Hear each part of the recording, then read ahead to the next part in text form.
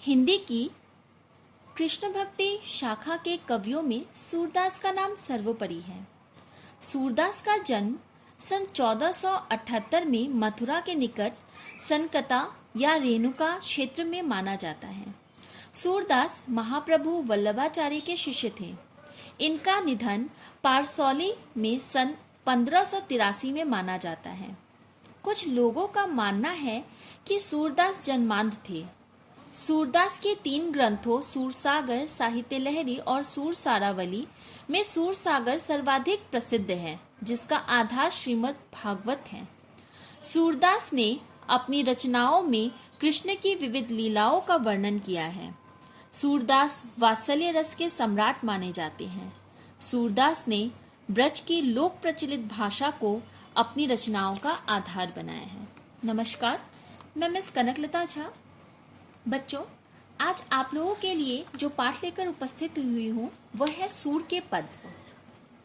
सूरदास वात्सल्य रस के सम्राट माने जाते हैं। उन्होंने श्री कृष्ण की लीलाओं का जो वर्णन, जो बखान किया है उनकी लीलाओं का, वो अन्यत्र मिल पाना असंभव है। आइए पढ़ते हैं हम सूर के पद। जशोदा हरि पालने झुलावे, हलरावे दुलराई महलावे, जोय जोय कछु गावे, मेरे लाल को आओ निंदरिया, काहे न आन सुवावे, तू काहे नहीं बेगही आवे, तो को कान्ह बुलावे, कभू पलक हरि मूंद लेते हैं, कभू अधर फरकावे, सोवत जान मान हवे के हरि, करे करे सने बतावे, एह अंतर अकुलाई उठे हरि, जसुमति मधुरे गावे, जो सुख सुर अमर मुनि दुर्लभ, सो नंद भामिनी पावे। सूरदास जी कहते हैं, माता यशोदा श्री कृष्ण को झुलाकर सुलाने का प्रयत्न कर रही है। कभी प्यार कर रही है, कभी लोरी सुना रही है और कुछ गीत गाकर श्री कृष्ण को सुलाने का प्रयत्न कर रही है। मेरे लाल को आओ निंदरिया, यशोदा मैया कहती है कि मेरे प्यारे बच्चे को जल्दी से नींद आ जाए। काहे न आनी सुआवे, जल्दी से क्यों नहीं नींद आ जाती है, जल्दी से मेरा बच्चा क्यों नहीं सो जाता है। माता यशोदा बहुत चिंतित है। तू काहे नहीं बेगही आवे, नींद को कहती है तू जल्दी क्यों नहीं आती।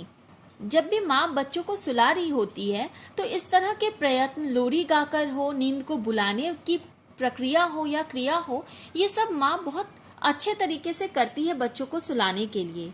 तो को कान्ह बुलावे, निंदिया रानी को कहती है यशोदा मैया कि तुम जल्दी से क्यों नहीं आते, तुमको कान्हा बुला रहा है, श्री कृष्ण तुमको बुला रहे हैं।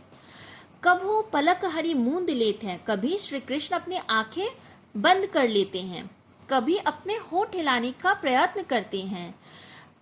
ऐसे में यशोदा मैया को लगता है कि श्री कृष्ण सो चुके हैं और वह ये बात किसी और को बताने ही लगती है या कुछ बात करने लगती है। इतने में ही श्री कृष्ण जो है वो फिर व्याकुल होने लगते हैं और यशोदा मैया फिर से अपना मधुर संगीत, अपना मधुर गीत गाने लगती हैं।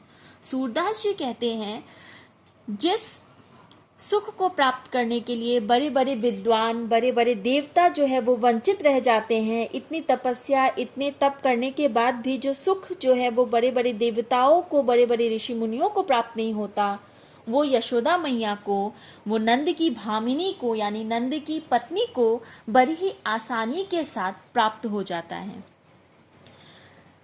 हमें इस वात्सल्य रस के सम्राट कहे जाने वाले सूरदास की इन पंक्तियों में श्री कृष्ण और यशोदा मैया के बीच हो रहे क्रियाकलाप की इतनी सुंदर व्याख्या मिलती है जो अन्यत्र कहीं भी ढूंढ पाना बहुत मुश्किल है।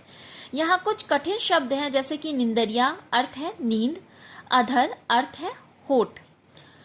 यहाँ और भी कठिन शब्द हैं जिसका अर्थ आपको अकुलाई यानी व्याकुल होना, भामिनी यानी पत्नी, दुर्लभ यानी बहुत मुश्किल होना, निंदरिया यानी नींद आना, हलरावे दुलराई मल्हावे यानी ये सब उनको प्यार करने के तरीके हैं, सोवत यानी सोना, बेगही आवे यानी तेज गति में आना। ये सब जो है कुछ कठिन शब्द हैं जिनका अर्थ आपको जानना चाहिए। धन्यवाद।